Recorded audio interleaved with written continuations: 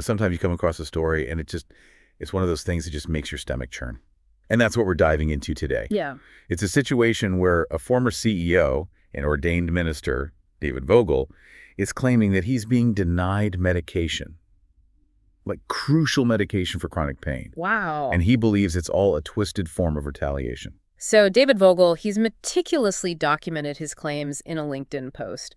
He's even drawing a parallel to the treatment of Michael Cohen. Yeah, that's right. Vogel is saying that Patrick McFarland, who's the individual that he claims is orchestrating this, Right. has a history of going after people who speak out, just like he allegedly did with Cohen. Uh-huh.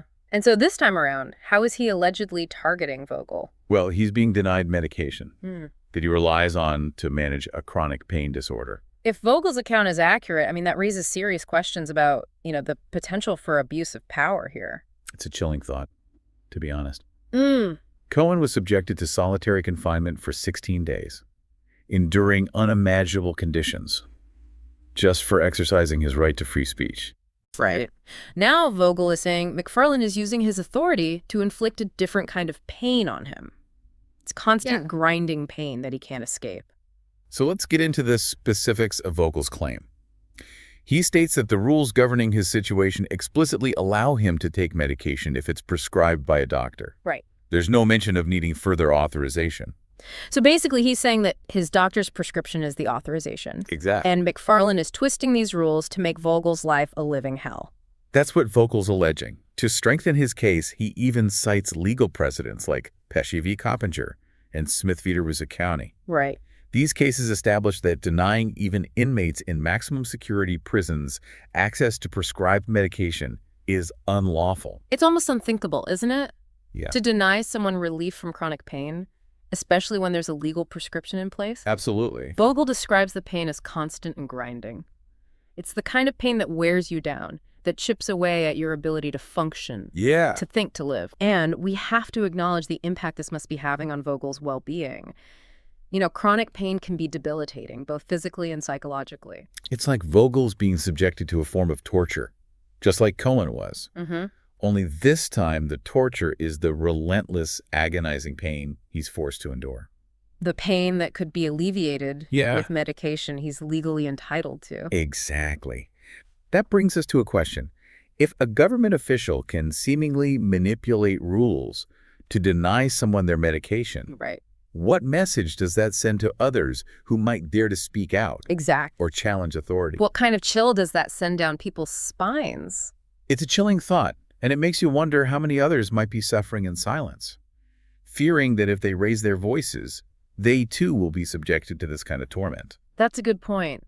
What I find unsettling is the seemingly arbitrary nature of this medication denial. I mean, Vogel's adamant that his doctor's prescription should be sufficient authorization, and there's no indication that he's misusing the medication, or that it poses any risk to his health or the safety of others. It's as if McFarland is playing God with Vogel's health, holding him hostage to excruciating pain just to make a point. That raises serious ethical concerns about the responsible use of power. It's hard to fathom the level of indifference, cruelty it would take to deliberately inflict such suffering on another human being. Vogel's case is a stark reminder that we can't take our rights for granted. We need to be vigilant in protecting them, both for ourselves and for others.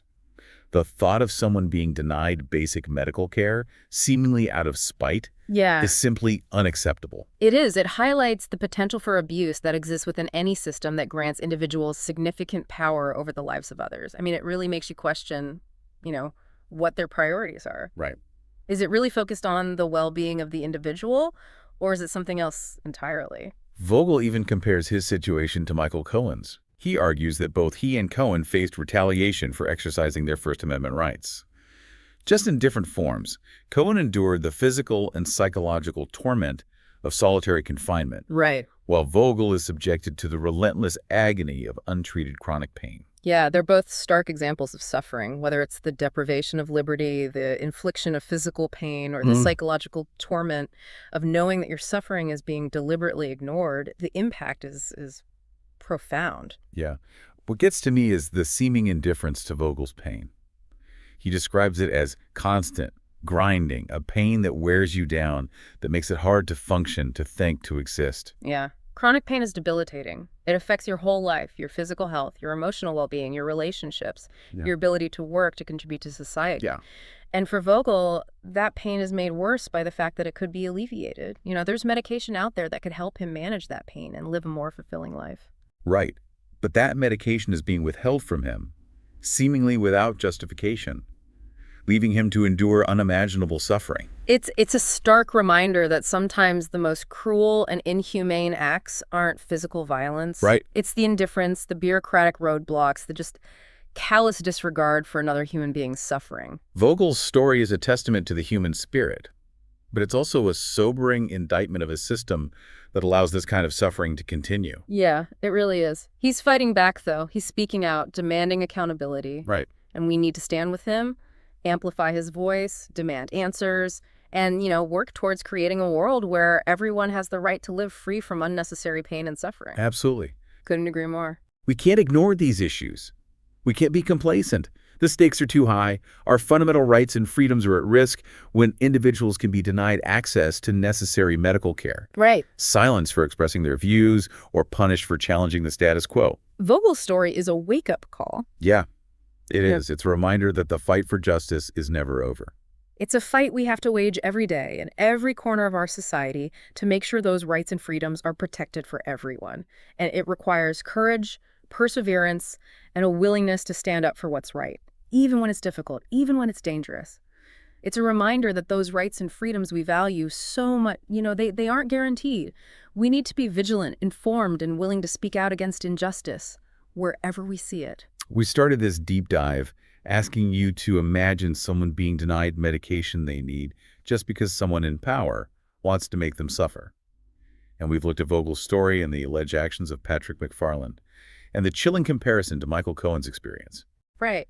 And it's clear that if Vogel is telling the truth, there are serious concerns about abuse of power and a disregard for his well-being. And the rules, as Vogel understands them, state that a doctor's prescription should be enough to authorize his medication. Right. But he's saying those rules are being twisted and manipulated, and he's being left to endure excruciating pain. And the pain is key. We can't forget about the human cost of what's happening. Vogel describes the pain as constant and grinding. It's the kind of pain that overwhelms you, that makes it impossible to function, to sleep, to just be. It's hard to imagine that kind of suffering, and the fact that someone is choosing to deny him relief is just, it's wrong. It really is a violation of his basic human dignity, and it raises serious questions about the ethics and legality of such actions. And Vogel compares his experience to that of Michael Cohen, who was subjected to 16 days in solitary confinement, Right. which has been widely condemned as torture. Yeah. And while the type of suffering is different, the principle is the same. You're intentionally inflicting pain to control or punish someone. And that's a scary thought. If someone in a position of power can use someone's health, their pain, as a weapon, Right. what does that say about the balance of power in our system? It really suggests there's a huge power imbalance where people can be treated terribly and have no way to fight back. Vogel's story shows that even in a society with laws and rules, people can still suffer when those in power choose to disregard those laws. It's a wake-up call for all of us to be more watchful, to demand transparency and accountability from those in authority, and to advocate for a system that actually protects everyone's rights and well-being. This deep dive into Vogel's story has been disturbing, Yes. but it's also shown us how important it is to speak truth to power, to stand up for what's right, Yeah. and to work for a fairer and more compassionate world. Vogel's story shows us the human spirit is strong, but it also reminds us that we need to take action. We can't just sit back and watch. We have to participate in creating a world where things are more just and fair. We encourage all of you listening to learn more about the Rehabilitation Act of 1973 and look into the legal cases we've discussed in this deep dive.